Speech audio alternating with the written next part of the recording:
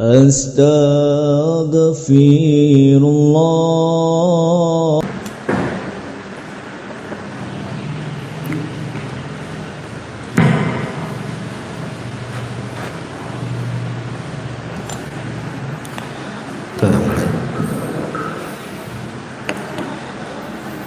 Bismillahirrahmanirrahim. Assalamualaikum warahmatullahi wabarakatuh. Alhamdulillah wassalatu wassalamu ala rasulillah wa ala alihi wa sahbihi wa mawalah wa la hawla wa la quwata illa billahi wa ba'd.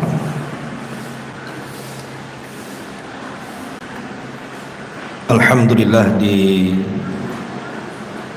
pagi menjelang siang ini kita bisa duduk untuk berthalabul ilmi, dan kita masih melanjutkan kajian kita membahas surah Abasa wa Tawalla, dan kita masuk pada ayat ke 24. Tapi kita ulas dari ayat ke-17 dan seterusnya biar nyambung. A'udzubillahi minasyaitonirrajim. Bismillahirrahmanirrahim. Qutilal insanu ma akfara. Duhai celaka manusia, alangkah kufurnya dia.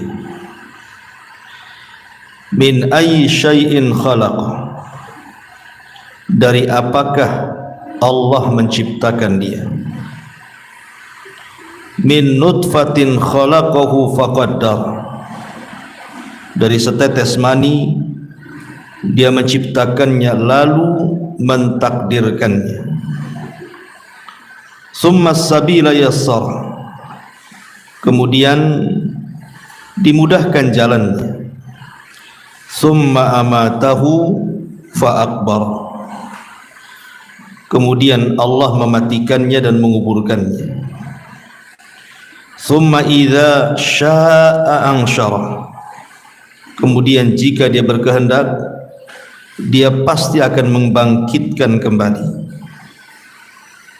Kalla lamma yaqdi ma amara. Sekali-kali jangan begitu.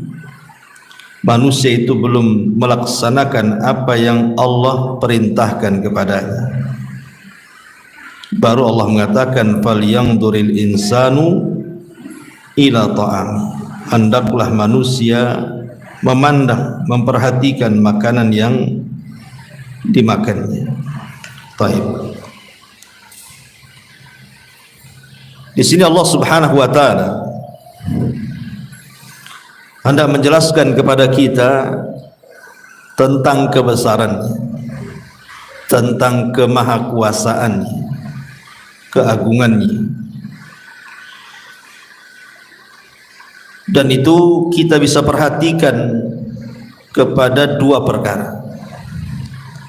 Pertama, melihat kepada diri kita sendiri. Yang kedua, melihat kepada makanan yang kita makan.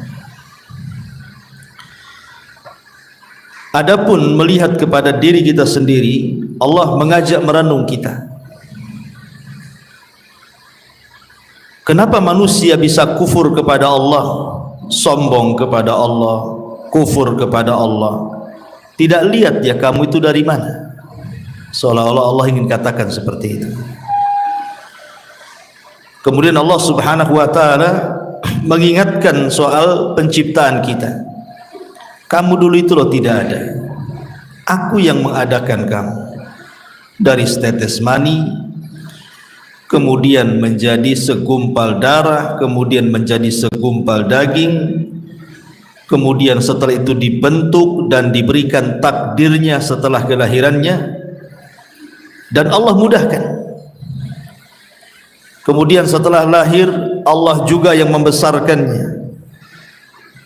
Sampai akhirnya Allah Subhanahu wa taala tentukan ajalnya. Summa amatahu fa akbar. Kemudian Allah tentukan ajalnya dan Allah kuburkan dia. Itulah perjalanan manusia. Tetapi walaupun demikian, Allah Subhanahu wa taala ingatkan di sini, kalla lamma yaqdi ma amar. Sehebat apapun manusia berterima kasih kepada Allah Azza wa Jalla karena sudah menciptakannya, memberikan nikmat yang banyak kepadanya, memberikan segala fasilitasnya, tetap saja manusia itu tidak akan sanggup melaksanakan perintah Allah. Tidak akan sanggup. Sampai-sampai para ulama salaf mengatakan, kalau seandainya sejak ibu dilahirkan sampai ibu diwafatkan, ibu sujud saja, tidak pernah bangkit-bangkit. Jadi sejak lahir sampai mati itu ibu sujud aja kemudian mati, maka itu sendiri tidak bisa untuk mensyukuri nikmat Allah, belum sanggup untuk mensyukuri nikmat Allah Subhanahu wa taala. Inilah yang diisyaratkan dalam sebuah hadis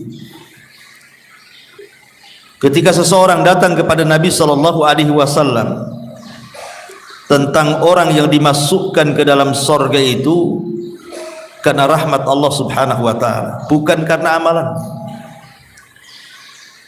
Maka Nabi sallallahu alaihi wasallam ditanya, termasuk engkau wahai Rasul? Maksudnya termasuk Nabi kita juga masuk surga karena rahmat Allah, bukan karena amalannya. Kata Nabi SAW, termasuk saya juga masuk surga karena rahmat dari Allah, kasih sayang dari Allah, bukan karena kehebatan ibadah saya, kata Nabi. Artinya sekelas Nabi saja masuk surga karena rahmat, apalagi kita. Sehingga tidak perlu sombong, karena semua itu berdasarkan rahmat. Ingat satu kisah yang pernah saya ceritakan tentang seseorang dari zaman dulu Bani Israel yang Allah Subhanahu wa taala wafatkan. Kemudian Allah Subhanahu wa taala berdirikan orang ini di pintu surga. Kemudian kata Allah Subhanahu wa taala, masuklah kau ke dalam surga dengan rahmat. Tiba-tiba dia mengatakan, oh tidak bisa. Yang masuk surga dengan rahmatmu itu kalau ketika di dunia dia berbuat dosa kemudian bertobat, wajar. Kau beri kasih sayang dia karena tobatnya. Makanya orang yang seperti ini masuk surga dengan rahmatmu. Tapi aku loh tidak pernah maksiat, katanya. Aku tidak pernah maksiat sedikit pun. Mana mungkin saya masuk surga dengan kasih sayangmu? Masukkan aku ke dalam surga dengan amalanku, katanya. Maka Allah Subhanahu wa taala mengatakan, baik, hitung berapa pahalamu, berapa banyak si amalanmu itu sehingga surga cocok untukmu. Akhirnya dihitung, rupanya pahala yang dikumpulkan selama hidupnya tidak lebih besar daripada satu nikmat yang Allah anugerahkan kepadanya, berupa nikmat penglihatan. Satu nikmat saja tidak bisa membandingi seluruh hidupnya untuk beribadah. Sementara Allah itu bukan hanya satu nikmat memberikan kepada kita itu, bukan hanya nikmat melihat saja, nikmat mendengar, nikmat bicara, merasa, oksigen yang di sekitar kita, dan macam-macam dalam tubuh kita itu banyak nikmat. Akhirnya karena dia takut tidak masuk surga, dia mengatakan, kalau begitu ya Rabb, masukkan aku dengan rahmat-Mu. Jadi dari sini kita tahu bahwa Allah mengingatkan kepada kita, sehebat apapun kita melakukan ibadah, kita loh belum betul-betul melaksanakan perintah. Kita hanya berusaha saja. Karena nanti pada hari kiamat semua makhluk menyesal, bukan hanya kita saja, malaikat loh menyesal. Malaikat itu kan makhluk yang tidak pernah maksiat. Wa yaf'aluna ma yu'marun, mereka melaksanakan apapun diperintahkan Allah. Tapi kelak pada hari kiamat di hadapan Allah mereka mengatakan apa?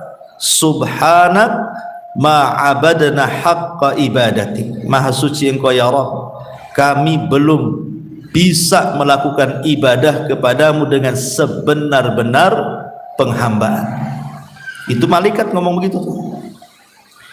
Kalau malaikat ngomong begitu di hadapan Allah, ma'abadna haqqa ibadati, kami belum mampu menyembah Allah dengan sebenar-benar penghambaan kepadamu ya Rabb, apalagi kita yang diberikan hawa nafsu.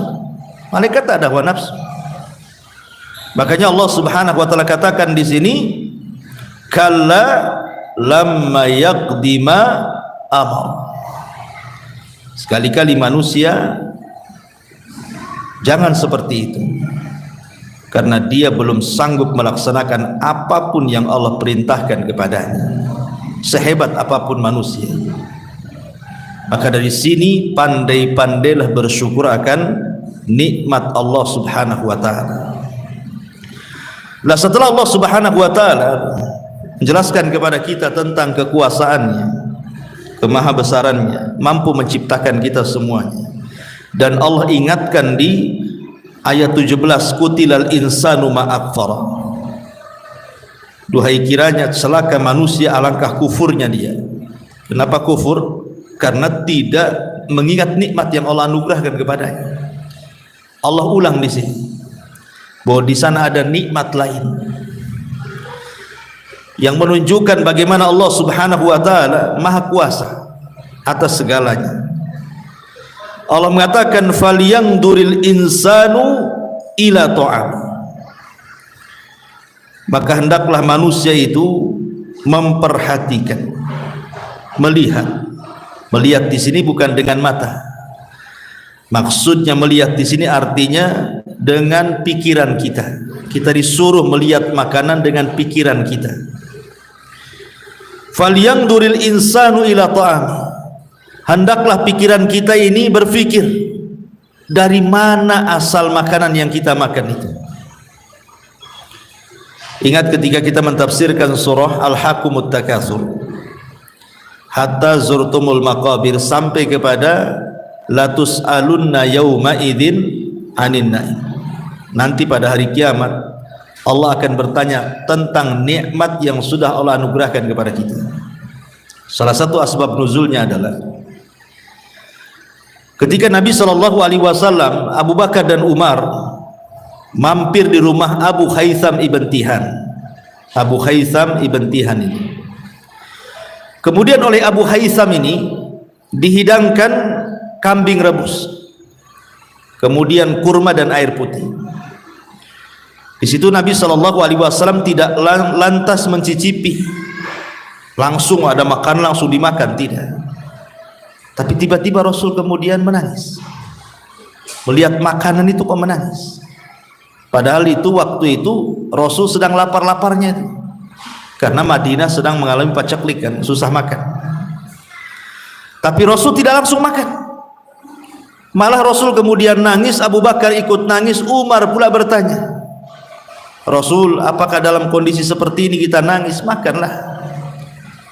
Kemudian Nabi SAW membacakan surah Al-Hakumut sampai kepada ayat ya Umar yauma idzin anin latus alunna yauma idzin anin naim. Ini makan yang di depan kita ini semua akan ditanya. Sudah bersyukur kita sama makanan ini? Bersyukur atau tidak dengan makanan ini? Semua akan ditanya di hadapan Allah. Makanya di sini Allah mengatakan falyanzuril insanu ila ta'ami, hendaklah manusia itu melihat makanan yang dimakannya. Bagaimana kok bisa makanan itu sudah ada saja, tinggal makan saja. Pamannya ibu COD, anggap saja karedok atau lotek ya, atau pecel lah ya, adik kakak semua tuh. Coba lihat tuh pecel tuh, itu macam-macam sayuran ada di situ. Ada kangkungnya, mungkin pakai bayam lagi, ada lontongnya semua kan, kacangnya. Coba kita perhatikan satu-satu. Kangkung saja. Dari mana kangkung ini berasal? Dari pasar. Orang pasar ngambil di mana? Dari petani. Petani nanamnya gimana? Dari biji. Bijinya dari mana? Itu kan tanya terus tuh. Ya bijinya ya ujung-ujungnya dari Allah kan begitu. Kemudian ditanam gitu saja. Siapa yang menumbuhkan? Petani itu yang menumbuhkan. Tidak, petani itu hanya naruh biji, kemudian ditimbun, kemudian disiram, ditunggu sama dia. Dari sini Allah Subhanahu wa taala katakan di dalam Al-Qur'anul Karim mengingatkan soal kekuasaannya. Kata Allah Subhanahu wa taala, antum tazra'unahu am nahnu zari'un. Apakah engkau yang menumbuhkan tumbuhan kangkung itu, ataukah kami yang menumbuhkannya? Kata Allah. Ya, jawabannya Allah.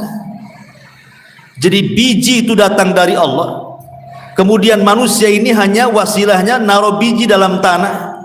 Tiba-tiba setelah dalam tanah dikubur kemudian disiram, tumbuh pula lah biji dalam tanah itu. Kita tidak tahu proses tumbuhnya seperti apa.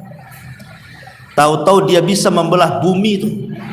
Biji yang tadinya lemah, nggak punya kekuatan, tapi dia bisa membelah tanah, kemudian nampaklah di permukaan. Namanya proses kehidupan itu sama juga dengan manusia, dimulai dari kecil dulu. Kalau nggak dirawat bisa matilah kangkung tuh. Kemudian dikasih pupuk. Pupuknya dari mana? Dari pabrik pupuk, Ustaz. Lah proses pembuatan pupuk di pabrik pupuk dari mana? Umpamanya pupuk kandang lah, dari kotoran binatang. Kotoran binatang di mana? Dari peternak. Terus ternaknya dari mana? Sapinya atau kambingnya atau ayamnya dari mana? Ujung-ujungnya kembali kepada Allah kan? Itu baru satu kangkung melibatkan ribuan orang. Untuk makan satu kangkung, ribuan orang yang terlibat di situ. Karena kalau pabrik pupuk kan ribuan karyawannya. Itu baru satu kangkung, belum lagi timunnya, belum lagi kacangnya. Bayangkan, makan pecel saja sampai jadi pecel itu melibatkan ribuan orang tuh. Kita tinggal makan aja. Jadi berpikirlah kita ini bahwa ujung-ujungnya ini semua dari Allah. Cuman masalahnya karena hari-hari kita makan seolah-olah tidak dipersulitlah makanan itu. Ibu mau mesen apa saja sekarang COD langsung datang. Mulai makanan yang paling lezat sampai yang lezat sekali ada. Yang aneh-aneh pun ada. Seolah-olah karena sudah rutinitas Bu ya. Mungkin makan pecel ya biasa, makan lauk-lauk yang semua biasa, sehingga seolah-olah kesannya itu memang sudah kewajiban Allah memberi makan kita. Kesannya seperti itu. Seolah-olah itu memang Allah ya sudah kewajiban Allah memberi makan hamba-hambanya. Kalau nggak ngasih makan kenapa diciptakan kita? Lah ketika terus-terusan dikasih dan jadi rutinitas Bu, jadi kita ini lupa kalau ini kangkung dari mana, bayam dari mana, kacang dari mana, timun dari mana. Kita lupa tuh jadinya. Coba sekali-kali dilangkakan begitu, baru terpikir tuh. Nanti nanya ke orang pasar, kok nggak ada timun nih? Iya, dari kebunnya tak ada. Nanya sama orang kebun, kenapa tak ada timun? Cemana gersang tak ada hujan. Kalau seandainya satu hari kemudian dihilangkan tuh makanan itu, baru terpikir kita itu, oh memang ini nikmat dari Allah Subhanahu wa taala. Makanya sering saya katakan bahwa terkadang orang itu baru bisa merasakan nikmat itu kalau diuji oleh Allah Azza wa Jalla. Orang baru bisa menikmati minuman itu ketika haus saja. Kalau ibu sudah kembung mau minum tuh malas. Sama dengan orang makan itu tahu lezatnya. Kan kalau lapar, kalau sudah kenyang mau dikasih apa aja akan dimakan.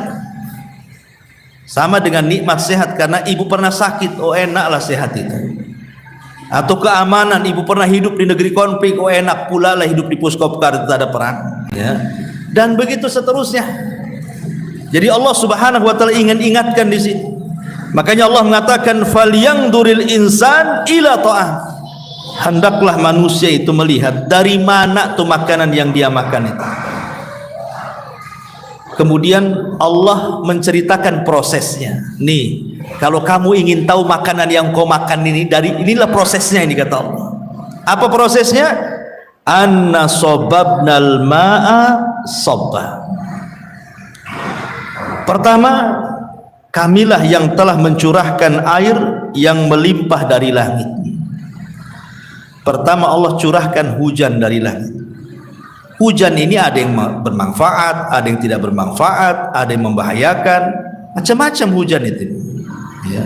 Makanya kalau sudah nampak hujan itu membahayakan, ada angin, banjir, kita disuruh berdoa kepada Allah Azza wa Jalla kan, Allahumma hawalaina wala alaina kan. Kemudian proses yang kedua, kata Allah, thumma syaqqaqnal arda syaqqa. Setelah turun hujan mengairi dan membasahi tanah, kemudian hujan itulah menumbuhkan tumbuh-tumbuhan. Tumbuh-tumbuhan itulah yang membelah bumi. Kemudian kami belah bumi itu. Setelah Allah belah bumi dengan sebaik-baiknya itu, fa'ambatsna fiha habba. Kemudian muncullah biji yang ditanam itu, mekarlah ke atas bumi, tumbuh tuh. Ya. Maka siapa yang menurunkan hujan? Allah. Siapa yang menumbuhkan biji? Allah. Siapa yang membelah bumi sehingga kemudian tumbuhan yang hidup itu muncul ke permukaan bumi? Allah juga. Wa inaban wa ghadbah. Akhirnya setelah tumbuh besar, kalau itu buah-buahan, muncullah di sini dicontohkan oleh Allah Subhanahu wa taala, dan anggur serta sayur-sayuran.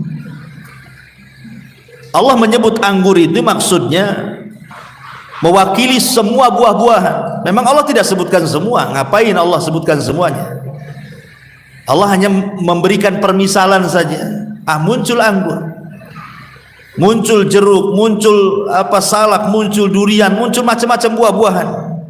Kemudian sayur-sayuran, semua sayur-sayuran ada yang ibu makan hari-hari itu, yang dilalap tuh kan. Wa inaban wa ghadba wa zaitunan wa nakhla. Wa zaitunan wa nakhla, dan minyak zaitun ini pun percontohan saja, dan pohon kurma dan berbagai macam buah-buahan. Wa hadaiqa gulba, bukan hanya itu saja. Wa hadaiqa gulba, dan kebun-kebun yang rindang-rindang. Kemudian wa faqihatan wa abba, dari kebun-kebun rindang itu muncullah buah-buahan yang banyak serta rerumputan. Kemudian Allah mengatakan mata'al lakum wa li an'amikum. Itu semua untuk kalian manusia dan juga untuk saudara kalian, maksudnya untuk hewan-hewan ternak kalian. Mata'al lakum wa li an'amikum. Ma'asyiral muslimat yang dimuliakan Allah Azza wa Jalla, dari sini kita tahu dari mana proses makanan yang kita makan tadi. Pamannya ibu makan jeruk, sama jeruk ini kalau mau diurut sejarah jeruk ini panjang kali bu. Ya. Itu nggak selesai diceritakan tuh berhari-hari itu sejarah jeruk tuh. Dari mana jeruk berasal? Dari pasar. Dari pasar mana? Ini dari pasar sini. Pasar sini dari mana? Pasar Jodoh. Pasar Jodoh dari mana? Dari Jakarta atau dari Brastagi ke Medan dulu. Bayangkan dari sini ke Jodoh ke Medan, ujung-ujungnya. Nanti orang Medan kemana lagi? Ke kebun. Orang kebun kemana lagi? Ke pabrik pupuk. Jadi satu biji jeruk saja ngelibatkan orang banyak tuh. Lah disinilah proses-proses seperti ini Allah ingatkan. Kalian tinggal enak makan aja loh. Kenapa tidak bersyukur? Itu maksudnya. Sudah jadi semuanya, kita tinggal makan, tinggal nikmati. Allah tuntut satu, bersyukur. Lihat makanan itu. Kalau tadi yang pertama lihat badan kita dari mana, sekarang lihat makanan yang kita makan itu. Apa korelasinya di sini? Allah ingin menunjukkan bahwa semua datang dari Allah dan Allah mampu menciptakan segalanya. Dan di sini ada isyarat kita dituntut untuk mensyukuri nikmat Allah Subhanahu wa taala. Dan tentu Allah menyebutkan ini ada kaitannya. Apa kaitannya? Kaitannya ayat setelahnya menceritakan tentang hari kebangkitan. Bahwa sebagaimana Allah Subhanahu wa taala sanggup menumbuhkan tumbuh-tumbuhan dengan hujan turun, maka Allah pun sanggup membangkitkan kalian setelah kematian kalian. Makanya kalau kita lihat ayat 17 dari surah Abasa ini sampai terakhir, ini dirangkum oleh Allah Subhanahu wa taala dalam ayat yang lain, tepatnya dalam surah Al-Hajj ayat 5. Perhatikan Al-Hajj ayat 5. Ini rangkuman daripada apa yang kita terangkan. Allah Subhanahu wa taala katakan dalam surah Al-Hajj ayat 5 ini, ya ayyuhan nas, ya ayyuhan nas, wahai manusia, in kuntum fi raibin minal ba'thi, wahai manusia, jika kalian ragu-ragu, jika kalian masih ragu-ragu akan adanya hari kebangkitan setelah kematian, kata Allah, fa inna khalaqnakum min turabin thumma min nutfatin thumma min alaqatin thumma min mudghatin mukhallaqatin wa ghairi mukhallaqatin litubayyina lakum wa nukirru fil arham ma nasha ila ajalin musamma thumma nukhrijukum tifla thumma litablughu ashuddahu wa minkum man yutawaffa wa minkum man yuraddu ila ardalil umuri likai la ya'lam min ba'di ilmi syai'a wa taral arda hamidatan fa idza anzalna 'alaihal ma'a ihtazzat wa rabbat wa ambatat min kulli zawjin bahij. Apa kata Allah?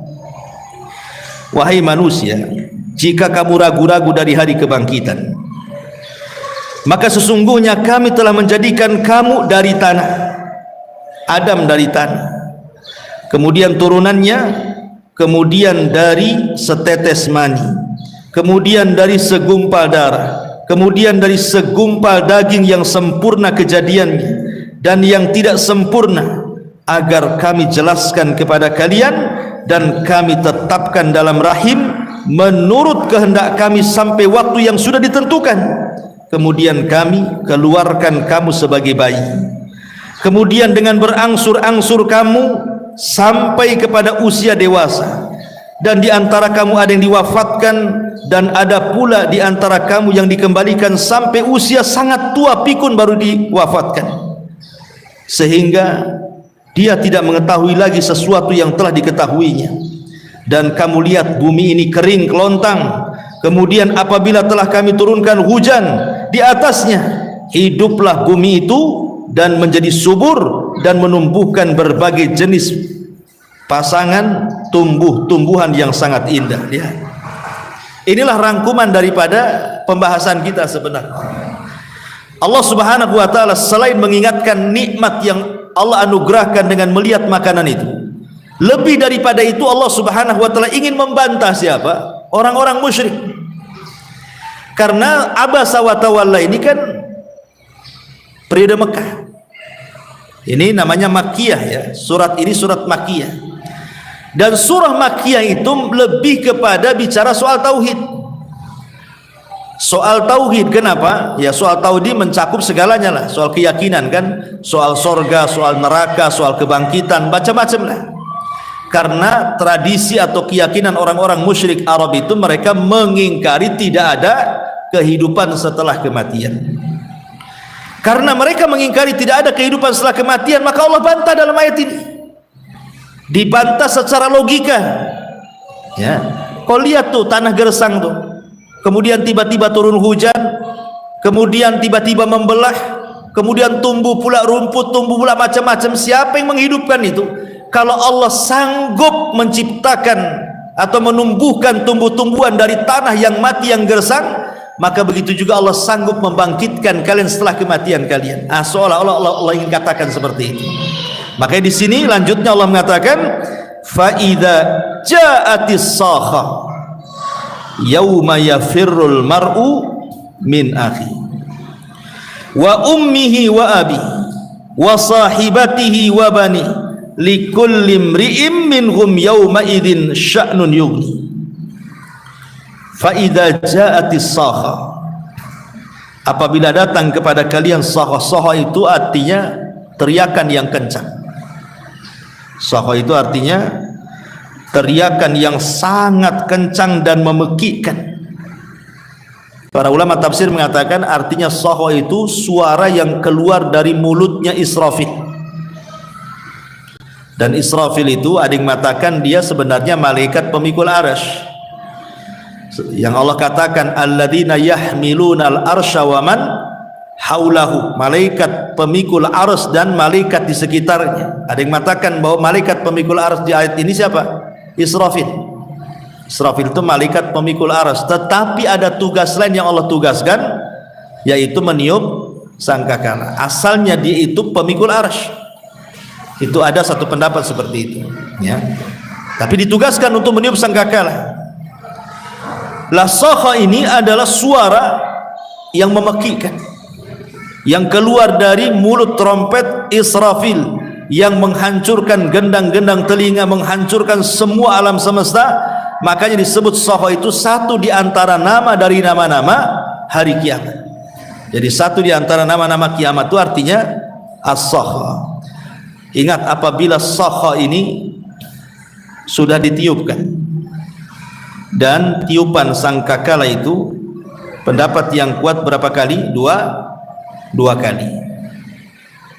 Pertama tiupan kematian dan tiupan kejutan dan kematian. Kemudian tiupan yang kedua disebut tiupan kebangkitan. Jadi saat 40, entah 40 hari, entah 40 bulan, entah 40 tahun, pokoknya angka 40 lah jarak antara tiupan pertama ke kedua. Kita tahu bahwa sebelum tiupan itu ditiup oleh Israfil, maka Allah Subhanahu wa ta'ala akan menurunkan hujan dulu. Jadi pertama itu Allah akan turunkan hujan. Hujan inilah yang membasahi bumi.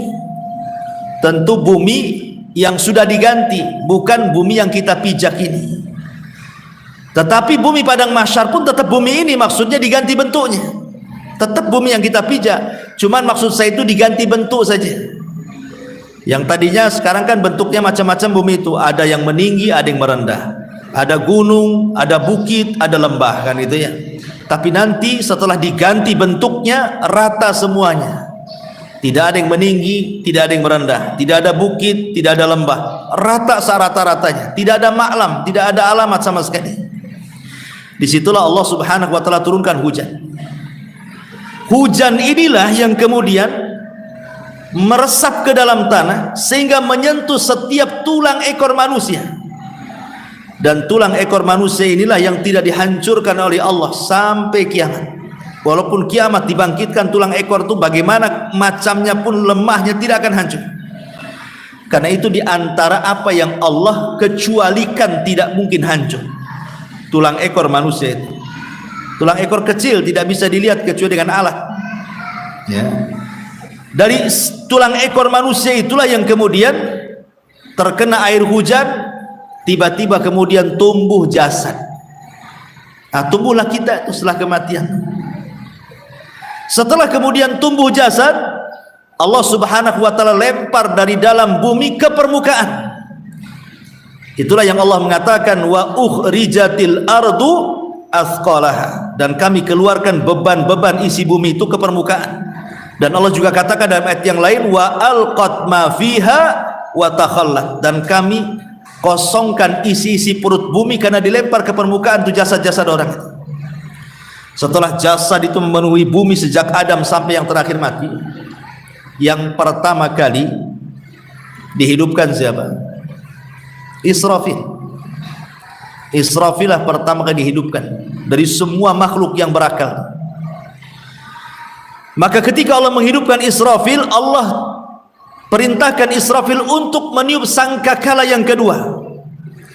Maka Israfil pun meniup sangkakala yang kedua. Disitulah kemudian Allah bangkitkan manusia, dan yang pertama kali yang muncul dari kuburan atau yang siuman, karena ketika Allah Subhanahu wa ta'ala menyuruh meniup sangkakala kepada Israfil, maka ruh yang ada di tempatnya masing-masing tiba-tiba melesat. Allah katakan dalam Quran, gimana bunyinya? Zuwizat, ya. Wa idzan nufusu zuwizat, dan apabila nyawa dan juga raga bersatu ke tempatnya. Jadi ruh-ruh orang-orang yang beriman kan ketika terjadi kiamat diletakkan di mana? Di Iliyin, di sorga yang paling tinggi. Kemudian ruh-ruhnya orang-orang kafir, mereka diletakkan di Sijin. Maka dilesatkan ruh-ruh itu setelah tiupan yang pertama. Kemudian yang pertama kali hidup siapa? Nabi SAW. Nabi SAW yang pertama kali keluar dari kubur. Kemudian Rasul melihat Nabi Musa yang sedang bersandar. Kata Nabi, aku tidak tahu apakah dia duluan yang dibangkitkan atau aku, katanya. Tapi yang pertama kali dikasih pakaian Ibrahim. Kan semua kan dibangkitkan telanjang, tidak pakai sandal, kembali tidak dikhitan dan tidak bawa harta di badan. Yang pertama kali dipakaikan pakaian oleh Allah dari seluruh manusia adalah Nabi Ibrahim. Tapi yang pertama kali dibangkitkan adalah Nabi SAW. Kemudian Musa, kemudian yang lainnya sampai akhirnya semua manusia bangkit dari kuburannya. Itulah Allah gambarkan di sini saat kebangkitan itu. Apa itu? Yauma yafirrul mar'u min akhi. Yauma yafirrul mar'u min akhi. Ingatlah ketika manusia lari dari saudaranya. Wa ummihi wa abi, lari dari ibu bapaknya. Wa sahibatihi wa bani, lari dari pasangan dan anak-anaknya. Kemudian Allah katakan likulli imri'im minhum yauma idzin sya'nun yughni. Karena pada hari itu manusia punya urusan masing-masing, enggak peduli manusia lainnya. Kenapa di sini Allah Subhanahu wa taala dahulukan dari saudaranya? Yauma yafirrul mar'u min akhi. Pada hari itu manusia lari dari saudaranya, baru bicara ibu bapak. Kenapa saudara dulu baru bapak?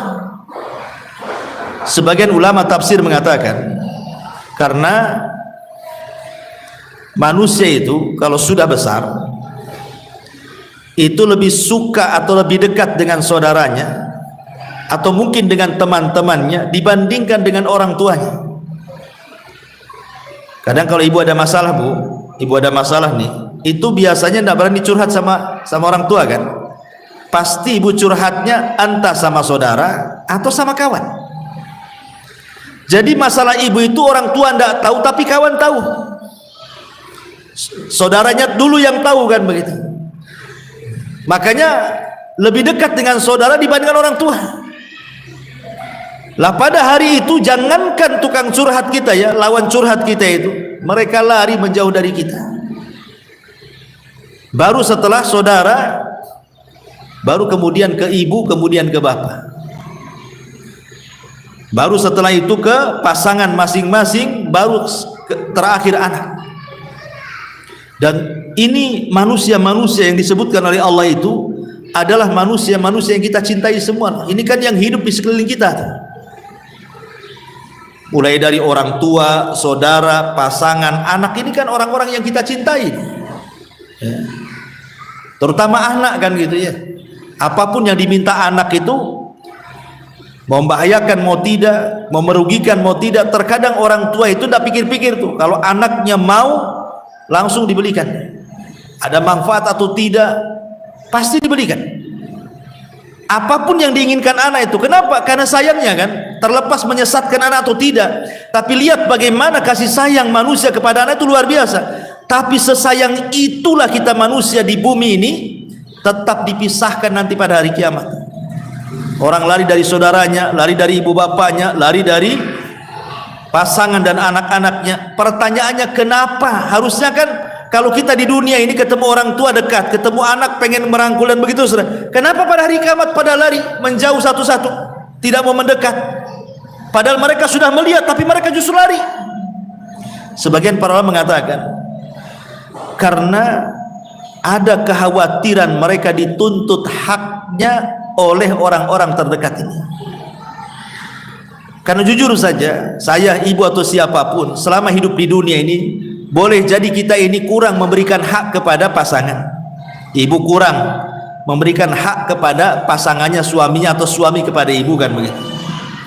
Atau mungkin di dunia ibu kuranglah membahagiakan orang tua, memberikan hak-hak yang layak kepada orang tua, mungkin kurang. Atau mungkin hak-hak kepada anak yang sewajarnya, yang selayaknya, kita kurang. Jadi kenapa pada hari kiamat lari itu? Karena takut dituntut hak. Itu maksudnya. Karena takut dituntut hak ketika di dunia ini kurang kita ini memberikan hak kepada mereka, makanya di nanti pada hari kiamat kita lari. Tengok ibu kita bukan dekat, malah lari. Takut nanti dia menuntut kita. Sini nak, kamu dulu di dunia begini, takut begitu. Makanya kita lari. Dia pun lari juga. Kenapa? Takut kita menuntut dia. Kamu nggak ngerawat saya, nggak mendidik saya, dan begitu seterusnya. Jadi masing-masing orang itu ketika melihat saudaranya, melihat ibu bapaknya, melihat anaknya, bukan makin mendekat, makin menjauh, lari sehebat-hebatnya karena takut dituntut. Ini satu penafsir. Ya. Kalau sudah takut dituntut berarti apa? Takut diambil kebaikan kita. Kan mereka menuntut kebaikan kita berupa pahala, kan? Karena nanti pada hari kiamat itu kondisinya bukan seperti yang kita bayangkan. Sampai Aisyah radhiyallahu anha mengatakan, ya Rasulullah, kalau manusia dibangkitkan telanjang, tidak pakai pakaian, kemudian auratnya nampak di mana-mana, laki-laki memandang kita, kita memandang mereka, apakah mereka? Aisyah membayangkan, kita saja telanjang dilihat orang, apa nggak malu gitu maksudnya. Nanti di akhirat seperti itu ya Rasulullah, apa seperti itu begitu kan? Maka Rasul mengatakan, tidak wahai Aisyah, boro-boro mandang aurat orang, katanya. Memikirkan diri sendiri saja sudah stres dia. Orang itu tidak akan memikirkan siapapun, pasti yang dipikirkan dirinya sendiri. Kalaupun ada pahala, tidak mungkin berbagi dengan orang, karena itu modal dia masuk surga. Makanya ketika dia dapat pahala gitu kan, melihat ada orang yang mau mengambil pahala dia, pergi dia lari. Itulah yang terjadi di sini. Allah mengatakan, yauma yafirrul mar'u min akhi wa ummihi wa abi wa sahibatihi wa bani likulli imri'in minhum yauma idzin sya'nun yughni. Subhanallah. Ini satu penafsiran. Penafsiran yang kedua, maksudnya adalah yang lari-lari ini bukan orang yang beriman. Yang orang lari dari saudaranya, lari dari ibu bapaknya, lari dari anaknya dan juga pasangannya, ini tidak berlaku kepada orang yang beriman. Ini hanya berlaku kepada orang kafir. Karena ada yang mentafsirkan seperti disebutkan oleh ahli tafsir, bahwa yang pertama kali lari dari ibu bapaknya, awal man yafirru yaumal qiyamah min abi, disebutkan oleh ahli tafsir, orang yang pertama kali lari pada hari kiamat dari bapaknya adalah Ibrahim. Ibrahim lari dari bapaknya. Kenapa? Karena bapaknya kafir. Ya. Awal man yafirru min ibnihi, orang yang pertama kali lari dari anaknya adalah Nuh alaihi salam. Kenapa Nuh lari dari anaknya? Karena anaknya kafir. Kemudian wa awal man yafirru min imraatihi, adapun orang yang pertama kali lari dari istrinya adalah Lut alaihi salam. Kenapa? Karena istri Lut kafir. Jadi sini pada hari kiamat itu orang-orang kafir lari dari kita orang yang beriman. Tapi orang-orang yang beriman saat dibangkitkan mereka tidak lari, selama keimanannya ditularkan kepada keluarganya. Makanya Allah Subhanahu wa taala mengatakan, walladzina amanu wattaba'athum dzurriyyatuhum biimanin alhaqna bihim dzurriyyatahum. Dan orang-orang yang beriman kemudian keimanannya ditularkan kepada orang lain dari keluarganya, maka nanti pada hari kiamat kami kumpulkan dia bersama pasangan dan anak cucunya. Ketika dibangkitkan, di sampingnya sudah ada suaminya, di sampingnya sudah ada istrinya, di sampingnya sudah ada anaknya, di sampingnya sudah ada orang tuanya, karena ibu sudah menularkan keimanan kepada mereka. Mereka tidak akan lari. Jadi yang lari dalam ayat ini siapa? Mereka orang kafir. Mereka lari dari saudaranya, dari ibu bapaknya, dari manusia-manusia yang dicintainya. Dan mereka ketika dibangkitkan dan lari, mereka saling mencela diri mereka dan mengatakan, ya wailana man ba'atsana mim marqadina. Duhai celaka, siapa yang membangkitkan kami dari tidur-tidurnya kami. Tapi orang-orang yang beriman, mereka membalas dan mengatakan, hadza ma wa'adar rahman wa sadaqal mursalun. Inilah janji Ar-Rahman dan benarlah ucapan para rasul. Kemudian Allah Subhanahu wa taala membagi manusia menjadi dua kelompok pada hari kiamat. Wujuhu yawma idzin musfirah dhahikatum mustabsyirah wa wujuhu yawma idzin 'alaiha ghabarah tarhaquha qatarah ulaika humul kafaratul fajar. Pada hari itu ada wajah-wajah yang berseri-seri, tertawa dan gembira ria. Dan pada hari itu ada pula wajah-wajah yang tertutup dengan debu saking suramnya, tertutup oleh kegelapan, ditimpa kehinaan dan kesusahan. Mereka itulah orang-orang yang kafir lagi fajir. Ulaika humul kafarah. Kafarah ini berkaitan dengan keyakinan, karena keyakinan mereka kufur. Fajarah, dan fajar itu berkaitan dengan akhlak, karena akhlaknya rusak, otaknya rusak, badannya rusak, gitu maksudnya. Itu karena kalau kafarah berkaitan dengan syubhat, kalau fajarah berkaitan dengan syahwat. Itulah orang-orang yang rusak keyakinannya dengan kekufuran dan rusak akhlaknya dengan kefajiran. Di sini Allah Subhanahu wa taala mengatakan, wujuhu yawma idin musfirah. Wajah penduduk surga ini, pertama Allah Subhanahu wa taala sebutkan bahwa wajah mereka akan memutih. Yauma tabyaddu wujuh wa taswaddu wujuh. Pada hari kiamat kelak ada wajah-wajah yang sangat putih bersih, tapi ada juga wajah-wajah yang sangat hitam kelak. Kapan itu? Saat membaca catatan amal dia. Jadi saat membaca catatan amalnya, Bu, setiap dia melewati catatan yang baik, maka wajahnya akan berseri, akan memutih. Kemudian dibacakan lagi kebaikannya, memutih lagi, memutih lagi. Begitu seterusnya sampai akhirnya setelah selesai dibacakan itu, maka akan terpancar dari wajahnya cahaya. Musfirah. Inilah yang disebut musfirah ini. Ya, jadi musfirah ini wajah kedua akhir setelah membaca catatan. Jadi ketika kita membaca catatan, walaupun seandainya mustahil, Bu, namanya catatan itu tidak mungkin semua baik, Bu, karena tidak ada manusia yang datang menghadap Allah kecuali bawa dosa. Tidak ada satupun manusia yang datang menghadap Allah kecuali bawa dosa. Mustahil nggak bawa dosa. Artinya kan dalam setiap catatan itu kan pasti ada catatan dosa, kan? Maksudnya di sini, bagi orang-orang yang catatan kebaikannya lebih banyak dibandingkan catatan keburukannya, jadi kalau dia membaca tuh catatan kebaikannya tuh, langsung bercahaya, memutih, tapi ketika kemudian membaca catatan dosanya mulai menghitam lagi, tapi Allah tutup aibnya sehingga orang tak tahu. Bagi orang-orang yang faman thaqulat mawazinuhu, itu orang-orang yang berat timbangannya, catatannya baik, Allah tutup sehingga orang tidak tahu kalau kadang menghitam, kadang memutih. Dan di waktu yang sama bukan itu saja, badannya membesar.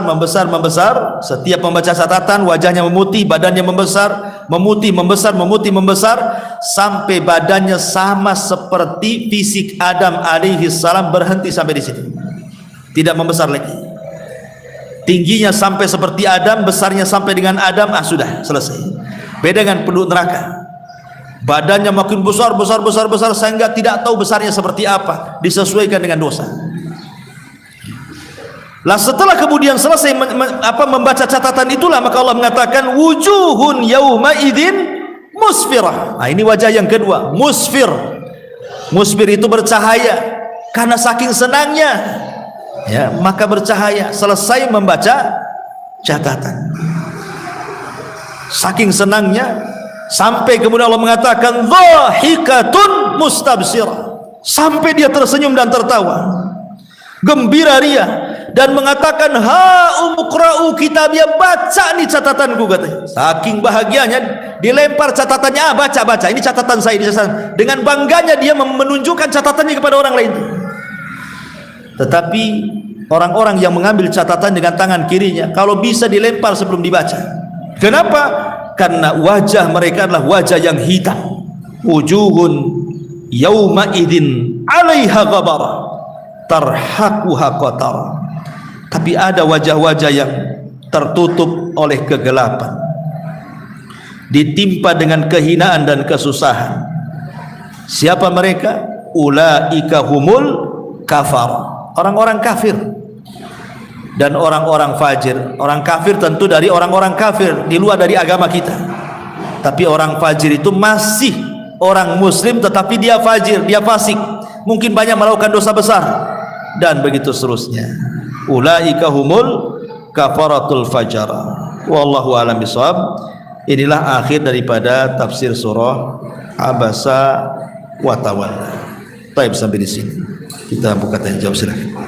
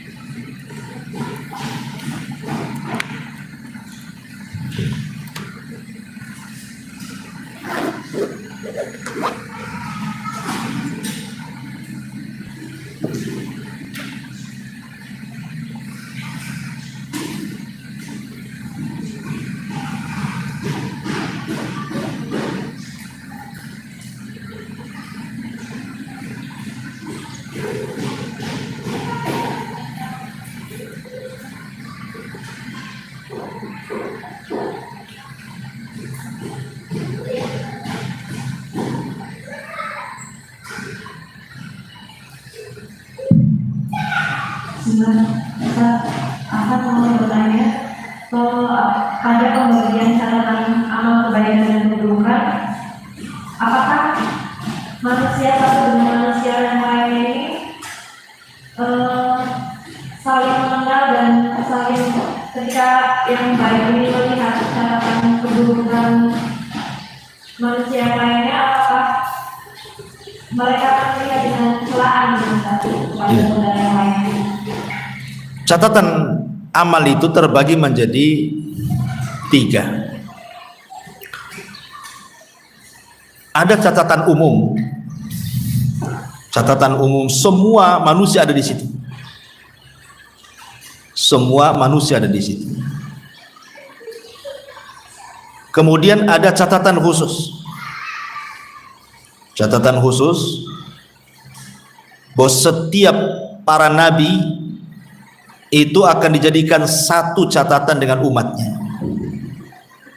Kemudian yang ketiga ada catatan akhos, lebih khusus lagi, catatan kita sendiri, ya. Dan ini menjadikan kita khawatir. Umpamanya seandainya nih catatan yang dikumpulkan dengan setiap para nabi dengan umatnya. Umpamanya satu catatan itu, di situ ada Abu Bakar. Jadi catatan kita disamakan dengan catatan Abu Bakar, Umar, Utsman, Ali, semua para sahabat sama dengan kita di situ.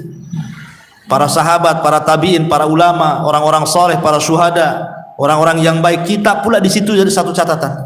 Kemudian akan dibaca di situ di hadapan orang ramai. Ketika catatan itu membicarakan Abu Bakar, semua baik isinya, semua memuji dia. Ketika Umar juga gitu dibaca catatannya, Utsman juga, semua gitu ya. Giliran kita, rupanya dibacakan isinya hanya dosa. Apa nggak malu kita di hadapan orang? Makanya manusia itu nanti akan ada yang dibongkar aibnya. Karena di dunia ini kita bisa menyembunyikan sesuatu, dan kecenderungan manusia melakukan maksiat itu kan rata-rata tertutup, tidak mau orang tahu. Tapi nanti pada hari kiamat tidak ada yang terhalang. Oh, rupanya panci saya hilang, kamu pula yang ambil. Nanti nampak, ketahuan, oh rupanya kamu. Padahal saya sudah nuduh-nuduh pemulung tuh. Rupanya kamu, tetangga sendiri yang ambil. Dan semua akan ada tuh, dan itu disaksikan orang ramai. Apa enggak malu kita dibuatnya? Itu namanya catatan umum. Nanti kita dipermalukan habis-habisan di situ. Tapi kalau kita berbuat baik, kita dipuji orang di situ. Makanya Allah mengatakan, man satara musliman satarahullahu yaumal qiyamah. Siapa yang banyak menutup aib saudaranya, boleh jadi mungkin Allah akan tutup aib kita nanti pada hari kiamat. Itu catatan umum namanya ya. Tapi ada catatan khusus. Kita saja yang baca. Kita saja yang baca catatan itu. Untuk mencocoki apa? Mencocoki amalan kita sebagai bukti pertanggungjawaban. Catatan itu akan disesuaikan dengan kejadian dan peristiwa kita selama di bumi. Dan di antara khususnya hisab, kekhususan hisab adalah manusia akan dikembalikan hafalannya dengan hafalan yang mutqin. Jadi dia bisa ingat detiknya, jamnya, tanggalnya, harinya, tahunnya, dia ingat. Untuk apa coba dikembalikan ingatan kuat itu? Untuk dicocokkan dengan catatannya. Makanya dalam hadis, tentang hadis di toko itu kan, apa kata Allah? Cek dulu tuh catatanmu, jangan-jangan malaikat kami salah nyatat, kata Allah. Kan Allah mengatakan begitu kan, cek benar-benar betul nggak dosamu tuh, katanya. Jangan-jangan malaikat kami salah nyatat. Maka dia mengatakan, tidak ya Rabb, benar semuanya itu, tingkah laku aku di situ semua. Nah, jadi ada yang sifatnya pertanggungjawaban kita dengan Allah, ada yang sifatnya pertanggungjawaban kita di hadapan halayak manusia. Karena dosa itu kan terbagi-bagi, ada yang dosa dengan Allah, ada yang dosa dengan manusia, ada dosa kepada diri sendiri, dan begitu seterusnya. Ya, jadi nggak kebayanglah kita kalau seandainya saat catatan kita dibaca, sementara catatannya digabungkan dengan para sahabat, tabi'in dan tabi'in, di mana muka kita coba waktu itu? Apa enggak malu dibuatnya kita? Makanya pentingnya kita muhasabah di sini. Wallahu a'lam. Dan pertanyaan Ustaz, mau bertanya, jika ada anak di luar nikah yang kemudian menikah tapi didasarkan kepada ayahnya, Ustaz? Enggak. Ayah biologisnya? Iya. Jadi kan seharusnya kalau anak di luar pernikahan itu kan nasabnya pada ibunya. Anak di luar nikah itu terputus 1 waris, 2 mahram, 3 wali. 3 perkara ini terputus. Bapak biologisnya terputus ke mahromannya, terputus kewaliannya, terputus warisannya. Tetapi walaupun terputus kemahromannya, bukan berarti bapak biologis bisa menikahi anak biologisnya. Tetap haram, tidak boleh, karena ada turunannya. Secara mahram tidak bisa, tapi tidak bisa juga dinikahi walaupun dia bukan mahram. Kan biasanya kalau bukan mahram boleh dinikahi kan, tapi khusus anak zina tidak bisa dinikahi dengan bapak zina walaupun terputus mahram. Karena anak zina itu nasabnya ke ibunya. Seperti Isa bin Maryam, boleh dinasabkan ke ibunya, Isa bin Maryam. Bukan berarti kalau Isa anak zina, tidak, maksudnya Isa ini dinasabkan ke ibunya kan, Isa bin Maryam. Seperti nama Nabi Yunus ibnu Matta, Nabi Yunus ibn Matta. Ada yang mengatakan Matta itu nama ibunya. Sama dengan Isa bin Maryam, itu Maryam kan anak ibunya, maka dinasabkan kepada ibunya. Gak boleh dinasabkan kepada selain ibunya. Kalau dinasabkan kepada bapaknya, ini salah dan tidak boleh, bahkan terlaknat. Karena ada hadis yang mengatakan 3 orang yang tidak akan diterima sholat dan puasanya, atau tidak akan diterima amal wajib dan sunnahnya adalah seseorang yang menasabkan kepada yang bukan bapaknya. Kita ngambil anak angkat, tidak bisa kemudian dinasabkan ke bapak angkatnya. Ya, tidak akan diterima amal wajib dan sunnahnya. Kan begitu hadisnya. Ya, jadi harus dikembalikan ke bapak aslinya kalau anak angkat. Kita hanya bapak angkat saja. Kalau anak zina berarti kepada ibunya, bukan kepada bapaknya. Nggak boleh. Bapak biologis ini, dia kalau bertanggung jawab karena menghamili wanita lain, kemudian dia menikahi, maka anak dari wanita yang dihamili dia itu bukan anak kandung dia, tapi anak bawaan dia. Sama dengan saya menikahi janda yang punya anak, itu jatuhnya posisi bapak biologis dengan anak biologisnya itu sama dengan menikahi janda yang punya anak. Itu namanya anak bawaan, bukan anak kandung, walaupun itu biologisnya. Bisa dipahami di sini. Tapi jalurnya itu ketika sudah sebedian, berarti sampai purnanya itu 8 tahun juga ya Ustaz? Ketika menikah ini kan dinasabkan kepada ayah. Ya kita kan ini hukum umum. Kalau hukum khusus kan kembali ke yang melakukannya. Dia melakukannya karena jahil, karena ketidaktahuan, karena apa? Nggak bisa kita memvonis kalau sudah individu. Kalau vonis umum ya, tapi kalau sudah individu ya lihat ke orangnya. Itu statusnya harus dikawal ketika sampai ilmu kepada dia, tapi sudah kejadian. Kalau bisa, dan berarti pernikahannya itu nikah syubhat, sah-sah saja anaknya yang kalau umpamanya sudah nikah, punya anak, anaknya enggak, bukan anak zina lagi, anak sah, karena itu anak syubhat namanya. Anak syubhat itu tetap dinasabkan kepada anak benar. Ya, tetapi orang tuanya kalau memang dia ketika nikah kok yang menikahkan bapak biologisnya, maka tidak sah. Anak zina itu dia hanya boleh menikah dan menikahkan oleh pemerintah. Hal ini ya KUA lah. Karena itu masuk dalam hadis Rasul, fasultanun waliyun mala waliyalah. Maka penguasa atau pemerintah itu menjadi wali bagi wanita yang tidak punya wali. Dan anak zina itu tidak punya wali. Anak zina itu nggak punya wali. Kalau anak angkat masih punya wali. Boleh jadi bapak angkatnya masih hidup, bapak aslinya kan. Pemain kita pungut bayi, boleh jadi mungkin kita nggak serahkan, dia tetap sama kita sampai besar, tapi bapaknya kan masih ada gitu kan. Kalau anak angkat, tapi kalau anak zina sama sekali nggak ada. Kenapa? Karena terputus tadi, tidak ada pernikahan, terputus. Oh itu bapak yang menzinahnya, bukan, itu hanya bapak biologisnya saja, tapi dia bukan wali. Berarti jatuhnya anak wanita itu tidak punya wali. Berarti yang berhak menikahkan apa? Penguasa, Pak Kua yang berhak menikahkan. Karena keluarga ibu tidak bisa jadi wali, pamannya kan dia kan otomatis nasabnya ke ibunya kan. Semua jalur ibu nggak ada yang jadi wali. Wali itu semua dari jalur bapak. Jadi kalau ada yang menikah, pasti Pak Kua nanya walinya siapa, bapaknya, pamannya dari bapak maksudnya, saudaranya saudara dari bapak. Bukan paman dari ibu, ponaan dari ibu, saudara dari, enggak, ditolak. Semua wali itu jalurnya ke bapak. Kenapa? Karena nasab itu dari laki-laki. Nah sementara anak zina ini dia dari bapak nggak ada. Sementara kalau dari ibu, semua keluarga ibu nggak jadi wali, nggak ada yang bisa jadi wali. Akhirnya status anak zina itu apa? Tak punya wali statusnya. Karena dari bapak terputus, dari keluarga ibu secara syar'i tidak bisa jadi wali. Berarti walinya adalah Pak Kuah. Bisa dipahami ya? Oke.